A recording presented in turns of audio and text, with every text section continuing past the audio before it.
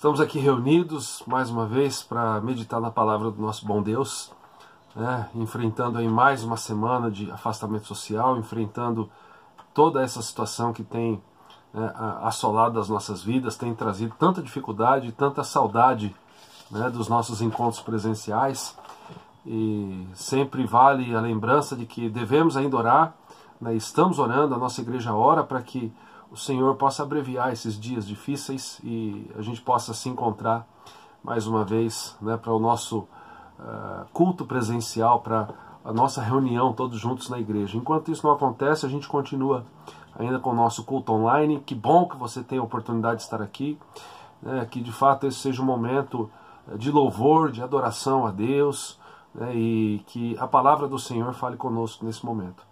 Convido você a abrir a sua Bíblia no Evangelho de Mateus, capítulo 4, texto da meditação de hoje, vai do verso 1 até o verso de número 11. Eu vou ler esse texto todo, mas eu quero focar em uma pequena parcela desse texto, uma grande lição, algo que tem incomodado o meu coração, e eu creio que vem como um ensinamento do Senhor para as nossas vidas. Mateus capítulo 4, do verso 1 até o verso 11, acompanhe, o texto diz assim: A seguir foi Jesus levado pelo Espírito ao deserto, para ser tentado pelo diabo. E depois de jejuar 40 dias e 40 noites, teve fome. Então o tentador, aproximando-se, lhe disse: Se és filho de Deus, manda que estas pedras se transformem em pães. Jesus, porém, respondeu: Está escrito, não só de pão viverá o homem, mas de toda palavra que procede da boca de Deus. Então o diabo o levou à cidade santa, colocou-o sobre o pináculo do templo e lhe disse: Se és filho de Deus, atira-te abaixo, porque está escrito, aos seus anjos ordenará a teu respeito que te guardem, e eles te susterão nas suas mãos, para não tropeçares em alguma pedra. Respondeu-lhe Jesus: Também está escrito, não tentarás o Senhor teu Deus.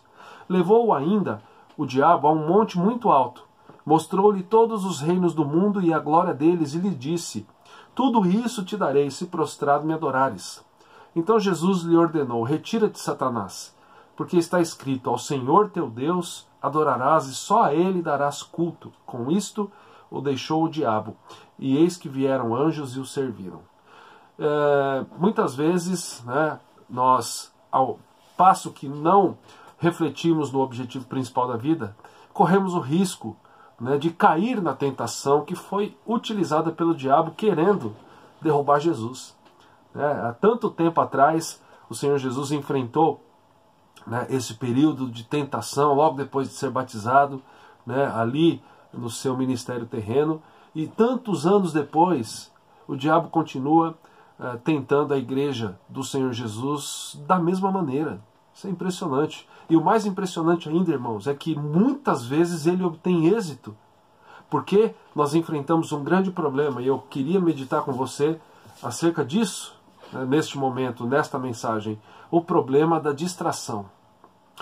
A gente está enfrentando aí, no período histórico aqui, a Covid-19, e aí os seus desdobramentos, doenças emocionais, crises existenciais, crise financeira, o número de desemprego, o mundo completamente perdido quando nós olhamos aí para afirmações aí da Organização Mundial da Saúde e também dos governos todos, sem ser exclusivista de falar deste ou daquele país, mas quando a gente olha para a situação, nós percebemos que o mundo está perdido. Os líderes mundiais, os líderes aí das organizações, dos países, eles não têm respostas, e aí a gente fica aí como se fosse um barco, à deriva, aí sendo levado à vontade dos ventos, sem direção muitas vezes. E muitas vezes o cristão ele tem vivido neste mundo desta forma. Essa semana eu estava caminhando, fui caminhar à noite com o cachorro, longe de aglomeração, tomando os cuidados necessários com máscara, mas eu olhava para a cidade e eu pensava: cadê a influência da igreja? Qual que é a influência que a minha vida como um cristão, que tipo de influência eu tenho trazido para a cidade? Muitas vezes eu fazia essa pergunta, na verdade eu replicava essa pergunta que já foi feita por muitos pastores, e muitas pregações eu já ouvi ela: se a sua igreja fechasse as portas, a cidade sentiria falta? Muitas vezes a gente precisa parar e refletir para ver se nós estamos andando distraídos ou não. Né? No verso 8 aqui do texto lido, né, nós temos o seguinte: o diabo leva Jesus a um monte muito alto, mostra-lhe todos os reinos do mundo e a glória desses mundos, e diz a Jesus: tudo isso eu darei, se prostrado você me adorar. Então Jesus lhe ordenou: retira-te, porque está escrito: ao Senhor teu Deus adorarás e só a Ele darás culto. Você já parou para pensar que muitas vezes você é levado, guiado talvez pela distração, guiado pela falta de reflexão no significado, no sentido da tua vida, você é levado a cair nessa mesma tentação? O que é que tem preenchido o teu coração? Eu queria que você pensasse sobre isso. Né? As pessoas dizem muitas vezes que para um bom empregado, para se tornar um bom empregado, você precisa vestir a camisa da organização. Né? As pessoas também dizem que o nosso tempo, dinheiro e dons revelam, né, quais são as nossas prioridades. Ou seja, se você veste a camisa de uma causa, se você verdadeiramente compra uma ideia, você vai investir ali o seu tempo, o seu dinheiro e aí os seus dons também, as habilidades que você tem. O que o meu tempo, o meu dinheiro e as minhas habilidades mostram? O que a minha agenda revela sobre, de fato, as minhas prioridades? Para a gente fazer uma reflexão aqui, e que seja uma reflexão positiva, né? Porque nós somos discípulos de Jesus. Quanto de tempo nós temos empregado, nós estamos aqui envolvendo, né, esse tempo no nosso ministério? Você pensa que só eu como pastor tenho ministério? Você também como cristão, você tem um ministério. O seu ministério é ser um discípulo. O discipulado deve ser enxergado por você como ministério, como um desejo de Deus para a sua vida. Né? Quanto você tem investido, né, no seu discipulado? Qual foi a última vez que você fez um curso sobre isso? Qual foi a última vez que você comprou um livro? Você quer ver um investimento aqui de tempo e dinheiro? Né? Tempo e dinheiro, porque se você comprar um livro, você vai gastar dinheiro, você vai ter que ter tempo para ler. Qual foi o último livro que você leu para que de fato você seja um discípulo mais dedicado à obra do Senhor? Quais os dons que você tem? Você tem o dom da oratória, você fala bem em público, você tem o dom de lidar com matemática, o seu dom relacionado ao cuidado com os mais necessitados, os menos favorecidos. O que tudo isso tem revelado? Muitas vezes o que tudo isso vai revelar é que nós andamos distraídos demais. O que é uma distração? Distração, se você pegar uma definição num dicionário na internet, a distração ela é uma falta de concentração nos sentidos, daquilo que se passa à nossa volta. É viver, né, de maneira desatenciosa, com desatenção. É um erro, um engano, um equívoco. E muitas vezes nós andamos assim.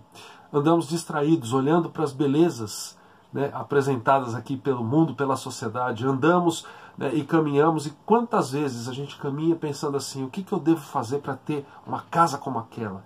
O que eu devo fazer para ter um carro como esse que passou por mim agora? E de fato, essas coisas elas não são necessariamente pecaminosas, né? Desde que elas não sejam a prioridade máxima, a prioridade principal da minha vida, o meu objetivo principal. Agora, quantas vezes nós caímos nessa cilada de Satanás? Porque no verso 8, ele leva Jesus a um monte, ele mostra todos os reinos e a glória desses mundos e diz a Jesus: eu darei tudo isso a você se você me adorar. Os comentaristas aqui dizem que esse texto ele não revela que Satanás é dono de todas essas coisas. A gente sabe que ele é enganador, que ele é mentiroso. E não necessariamente Jesus entendeu que naquele momento onde ele está sendo tentado, Satanás estava em uma posição de autoridade sobre ele. Né? Não, Satanás nunca esteve em posição de autoridade sobre Jesus. Ao contrário, existem referências bíblicas diversas que mostram que Jesus ele sempre esteve, né, em uma posição de autoridade, inclusive, né, sobre o diabo. Né? Muitas passagens bíblicas, como Gênesis 3,15, o Salmo 2, Mateus 11:27, Mateus 28:18. Existem inúmeras passagens que vão mostrar que Jesus tem, de fato, toda a autoridade. Mas aqui Satanás ele está utilizando de um momento, ele se usa né, do fato de Jesus estar ali há 40 dias sem comer e sem beber, né, no seu corpo físico fragilizado, e ele vem como se ele fosse o dono de todas as coisas. Na verdade, o que acontece? Satanás não é dono de todas as coisas, ele tem uma grande influência, principalmente sobre pessoas que ainda não tiveram um encontro com Jesus Cristo. As pessoas que não tiveram um encontro com Jesus, as pessoas que não passaram pela experiência da conversão, né, a grande verdade é que o ser humano ele foi feito para ser um ser adorador. Se ele não adora a Jesus, se ele não adora a Deus, ele adora outra coisa. E muitas vezes é aí que Satanás ele tem a sua grande influência, é aí que Satanás ele tem, de certa forma, vitória sobre a vida de muitas pessoas que ainda não conhecem o Evangelho, que necessitam de servos de Deus como eu e você para levarem essas boas novas de salvação, para mostrarem a realidade da eternidade. Muitas pessoas não pensam sobre a questão da eternidade e aí vivem focados no aqui e agora. Eu conheci uma história, de certa forma, triste, né? As pessoas dizem, seria cômico se não fosse trágico. E quem me contou disse que foi verdade. Eu acredito na pessoa. E diz que uma cidadezinha do interior existia um homem, né? Aquele homem que se você desse uma aspirina na mão dele, ele atravessava o rio nadando e saía do outro lado com ela seca. Aquele homem que tinha um amor muito grande ali pelo dinheiro. O dinheiro era o Deus dele, o dinheiro era o motivo da sua existência. Só que aquele homem andava com um carro que a esposa toda vez ficava com medo de entrar, né? Aquele carro velho caindo aos pedaços, e a casa com vários reparos para serem realizados ali, necessitando de pintura, uma aparência feia. E aquela mulher dizia: meu bem, pega um pouquinho do dinheiro que você tem guardado e vamos fazer as reformas. E ele dizia: não, de forma nenhuma, o dinheiro é meu, o dinheiro está lá no banco. E o que acontece é que aquela mulher vivia infeliz, né? As suas amigas com as casas bonitas e ela com a casa caindo aos pedaços. E aquilo incomodava aquela mulher, e o triste é que o incômodo da esposa não influenciava em nada o marido, né? O marido tinha sua segurança no dinheiro, ele trabalhava para ter cada vez mais, mas ele deixava aquele dinheiro guardado. Sabe o que aconteceu com esse homem? Ele morreu. Pois é, isso mesmo. Esse homem morreu. Passado pouco tempo, aquela mulher encontrou um novo marido, se casou novamente, né? E aquele homem, ele olhou para aquele dinheiro ali guardado na poupança, ele comprou uma casa nova, ele comprou um carro novo, e aquela mulher agora andava de carro novo, né? Morando numa casa nova, e ainda ficou um pouco de dinheiro guardado. E as pessoas que, de acordo com a história que eu ouvi, comentavam, as pessoas que conheciam aquela situação diziam: tá vendo? Fulano deixou de ter essa alegria durante a vida, focou no dinheiro, morreu e não levou nada para o caixão. Mas muitas vezes nós cristãos vivemos desta mesma maneira. Por quê? Porque nós andamos distraídos, porque não pensamos, não refletimos sobre a questão do nosso chamado. Não lembramos de que, na verdade, nós temos um ministério, e é um ministério, né, que nos foi entregue pelo próprio Senhor Jesus Cristo. Não sou eu apenas, como pastor da igreja, que tenho um ministério. Não são os nossos irmãos, presbíteros e diáconos, que têm um ministério. Sim, nós temos, mas não apenas nós. Todo cristão tem um ministério.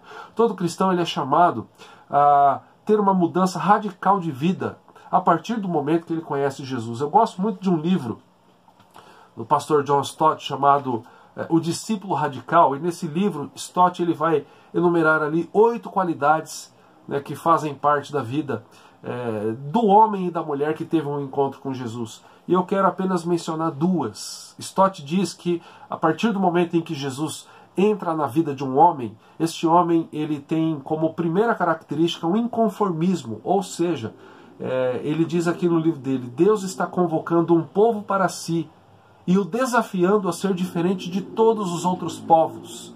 Sejam santos, diz ele repetidamente ao seu povo, porque eu sou santo. E aqui, desenrolando o seu capítulo sobre inconformismo, Stott vai dizer que se Jesus entrou na sua vida, você vai ser uma pessoa que não se conforma com os padrões do mundo. Então, se o mundo todo ele é composto, na sua grande maioria, de pessoas que ainda não conhecem o Evangelho e de que vivem como se o dinheiro, como se os bens materiais né? Como se a posição de superioridade no nosso trabalho, né? Como uma liderança, que muitas vezes as pessoas dizem, todo mundo tem que ser líder. Ou seja, se você não for líder na sua área de atuação, se você não for ali o empresário, se você não for ali uma pessoa que seja superior às outras, você é um perdedor. Mas aí Stott vai dizer, não. Quando Jesus ele entra na vida de um homem, esse homem ele não se conforma mais com esses padrões, porque ele tem um novo jeito de ser. E o segundo ponto, a segunda característica que eu gostaria de mostrar, que Stott vai levantar, é a questão da semelhança com Jesus. Quando Jesus entra na vida de um homem, esse homem, em primeiro lugar, ele não se conforma mais com os padrões do mundo. Né? Se o mundo diz que as pessoas valem o quanto elas têm, né? Quanto mais dinheiro você tem, mais importante você é, você não se conforma com esse padrão. O seu padrão é Jesus. E isso leva a gente a ser semelhante com Cristo. E ele diz o seguinte, que nessa semelhança existem 3 perspectivas, passado, presente e futuro. Olha que interessante, ele diz assim, né? E todas essas perspectivas apontam para a mesma direção, o propósito eterno de Deus. Ele diz, nós fomos predestinados. Existe o propósito histórico de Deus nas nossas vidas, que significa que nós estamos sendo mudados, estamos sendo transformados pelo Espírito Santo de Deus. Enquanto eu leio isso, avalie se isso tem sido uma realidade na sua vida. Você tem sido historicamente transformado, você está sendo mudado, você está sendo uma pessoa mais semelhante a Cristo. O segundo propósito, ele diz, é o propósito escatológico de Deus, ou seja, nós seremos como Ele. O fim de todas as coisas, a escatologia é a área da teologia que aponta para o fim de todas as coisas. E Stott vai dizer, existe esse propósito de Deus nas nossas vidas, nós estamos em processo, nós estamos nos transformando, nós seremos como Ele. Né? E também o propósito eterno de Deus, o propósito histórico, né, e o propósito escatológico. Né? E ele vai dizer, tudo isso contribui para a mesma finalidade de semelhança com Cristo, pois este é o propósito de Deus para o seu povo. Será que eu tenho essa perspectiva? Será que você tem essa perspectiva de que você é uma pessoa em processo de mudança, de transformação? Será que o nosso tempo, será que o nosso dinheiro, será que os dons, as habilidades, será que a nossa agenda de forma geral, ela mostra que entendemos que Jesus já começou a boa obra nas nossas vidas? Será que o nosso tempo nos mostra que intimidade com Deus é algo importante para nós? Será que o nosso dinheiro revela que nós estamos engajados, né, no reino de Deus? Eu acho tão interessante, Mateus vai falar muito no reino dos céus, né, e também Marcos e Lucas vão trazer essa expressão reino de Deus. Tudo isso para que a gente entenda de que nós somos cidadãos deste reino, de um reino celestial, de que serve, de que busca ao propósito, né, do nosso Pai Celestial. Será que nós temos essa convicção? Meus irmãos, um outro ponto que eu gostaria de trazer é que não é a Covid, né, o maior problema com o qual nós lidamos e enfrentamos. O problema principal é o pecado. Pecado que faz com que sejamos egoístas. O mundo é um mundo egoísta. Né? E o que é o egoísmo? É o amor exagerado aos próprios interesses, a despeito dos de outrem. Né? Em uma definição que eu vi também, o egoísmo está ligado a um exclusivismo que leva uma pessoa a se tomar como referência em tudo. Olha as redes sociais. Pessoas aí querendo ser referência em tudo. Pessoas querendo ter a última palavra ou a única palavra. Né? Pessoas que ficam magoadas quando alguém não concorda com a sua posição, com a sua forma de ver as coisas. Mas nada disso deve fazer parte das nossas vidas. Por quê? Porque nós nos inconformamos, né, com os valores do mundo, porque nós buscamos essa semelhança com Jesus. E esse Senhor Jesus é aquele que ele sabia que Satanás estava ali, no verso 8, levando ele a um monte muito alto, mostrando-lhe todos os reinos, e ele estava querendo enganar Jesus, dizendo, se você me adorar, eu te darei tudo isso. Mas Jesus estava ali, né, dependente da palavra do Senhor, e ele responde desta forma: ao Senhor teu Deus adorarás e só a Ele darás culto. Da mesma maneira, o Senhor Jesus espera que eu e você tenhamos essa perspectiva. Nós não estamos aqui para adorar a outros deuses. Se a nossa agenda demonstra que o objetivo principal das nossas vidas é viver uma vida próspera no sentido financeiro, né? E se aquilo que enche o nosso coração são os nossos bens materiais, talvez nós estejamos equivocados na nossa vida. Talvez nós estejamos agindo como se o nosso Deus fosse o dinheiro.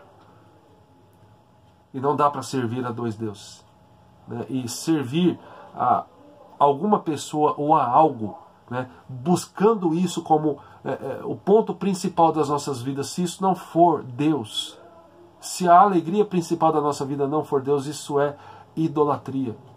E aqui Satanás ele está tentando fazer com que Jesus caia no pecado da idolatria. E Jesus ele diz: não, ao Senhor teu Deus adorarás e só a Ele darás cultos. Aqui é uma referência a Deuteronômio 6,13.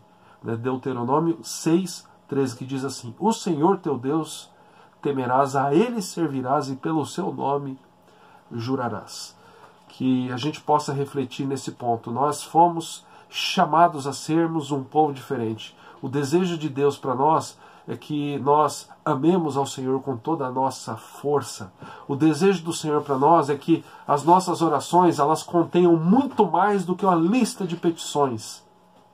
Eu participo de alguns grupos aqui de WhatsApp e grupos de cristãos, né, da cidade e outros, e muitas vezes eu fico preocupado porque esses grupos parecem expressar algo que está na mente e no coração, e muitas vezes é algo que mostra que estamos distraídos, que o povo de Deus em geral anda distraído. Por que eu digo isso e por que isto afirmo? Porque as colocações ali são apenas: Deus me livra da minha tristeza, Deus me livra deste problema. Mas a gente muitas vezes não percebe, né, essa mesma a necessidade, né, de pedir a Deus: Senhor, eu quero ser um homem segundo a tua vontade. Senhor, eu quero que o meu lar seja de fato um lar de adoradores, de verdadeiros adoradores. O que a gente percebe muitas vezes é que esses grupos parecem ser ali uma lista, né, de pedidos a Deus, como se Deus fosse alguém que estivesse aí para atender exclusivamente aos nossos desejos. Mas quando eu olho para Jesus aqui, eu percebo que Jesus ele tinha um desejo de agradar ao Pai. O Senhor Jesus ele tinha um desejo de servir ao Pai. E Jesus é o próprio Deus que se fez carne e habitou no nosso meio. E a gente precisa olhar para esse texto aqui. Eu queria que você lesse com muita atenção na sua casa aí, esse texto todo, principalmente do verso 8 até o verso de número 11, e que você orasse para que, da mesma maneira como Jesus não andava distraído, mas tinha foco, que nós tenhamos um foco, e o nosso foco seja de sermos homens e mulheres segundo o coração do Senhor. Homens e mulheres que têm total liberdade, né, e total tranquilidade em expor ao Senhor as suas necessidades, mas que são guiados, né, pela vontade de Deus.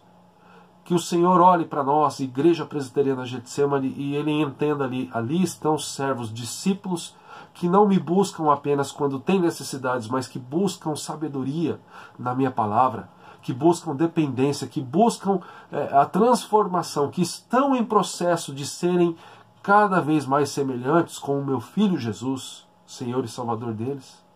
Que de fato, meus irmãos, nós tenhamos este propósito e que desta maneira a nossa agenda, o nosso tempo, o nosso dinheiro, os nossos dons, né, a forma como nós vivemos durante a semana demonstre em primeiro lugar a Deus, e também que isso traga reflexo a pessoas que ainda não conhecem o Evangelho. Demonstrem que nós temos o propósito de viver para a honra e glória do Senhor.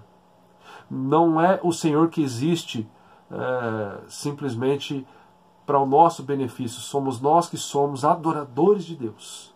Se você não tem vivido como um adorador de Deus, me acompanhe nessa oração para que Deus tenha misericórdia das nossas vidas e para que o nosso propósito seja de viver da mesma maneira como Jesus demonstrou ao diabo aqui quando ele responde no verso 10.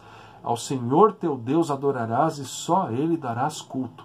A nossa igreja agrada ao Senhor à medida que nós adoramos o Senhor. Você agrada ao Senhor à medida que você o adora, à medida que você mostra com as tuas atitudes, com o seu tempo, com a sua habilidade, com seus dons e com o seu dinheiro, de que você está vivendo para agradar ao Senhor, que o objetivo principal da sua vida é honrar e louvar ao nome desse Deus tão maravilhoso, que entrou na sua vida, que te levou, né, a viver de forma eterna, que te levou das trevas para a sua maravilhosa luz, que proporcionou que você não fosse mais escravo do pecado, mas que te deu liberdade, e que de fato a nossa obediência à sua vontade seja a prova maior de que nós vivemos como cidadãos do reino. Sabe o que esse mundo precisa? Esse mundo precisa de homens e mulheres consagrados ao Senhor. E que eu e você sejamos, né, parte desse povo. Povo de propriedade exclusiva do Senhor. Povo que busca viver em santidade. Povo que usa toda a sua vida, tudo que tem, para a honra e glória de Deus. Vamos orar? Obrigado, Senhor, porque o Senhor entrou na nossa vida, porque Jesus nos livrou, ó Pai, do império das trevas, e o Senhor nos trouxe para o reino do Filho do Teu amor. Obrigado porque pela Tua graça nós fomos feitos novas criaturas e fomos justificados e santificados, e que de fato esta palavra, Pai, venha a nós para que olhemos para o exemplo de Jesus e assim como Ele, possamos resistir contra as ciladas do diabo. Obrigado que este texto deixa claro para nós que é o Senhor Jesus quem tem a primazia, é o Senhor, Pai, quem está no controle de todas as coisas, e que nós possamos buscar, ó Pai, transformação diária, que essa seja uma semana de transformação diária, que esse mês de agosto seja de fato o agosto do Senhor nas nossas vidas, e que a Tua igreja seja fortalecida, feita de homens e mulheres que são verdadeiros adoradores. Perdoa os nossos pecados, perdoa quando andamos distraídos, e que o Senhor, ó Pai, esteja completando em nós a boa obra que o Senhor já começou. Nós te louvamos e oramos em nome do Senhor Jesus. Amém e amém. Que a graça do nosso Senhor e Salvador Jesus, que o amor do nosso amado e eterno Pai, que a comunhão e o consolo do Santo Espírito estejam sobre nós, sobre a nossa família, sobre a nossa casa, hoje e para todos sempre. Amém e amém. Leia esse texto de Mateus, reflita, né, e enfrente as ciladas do inimigo, confiados, né, no poder, confiados na autoridade do Senhor Jesus, que reina hoje e para todo sempre. Que Deus te abençoe.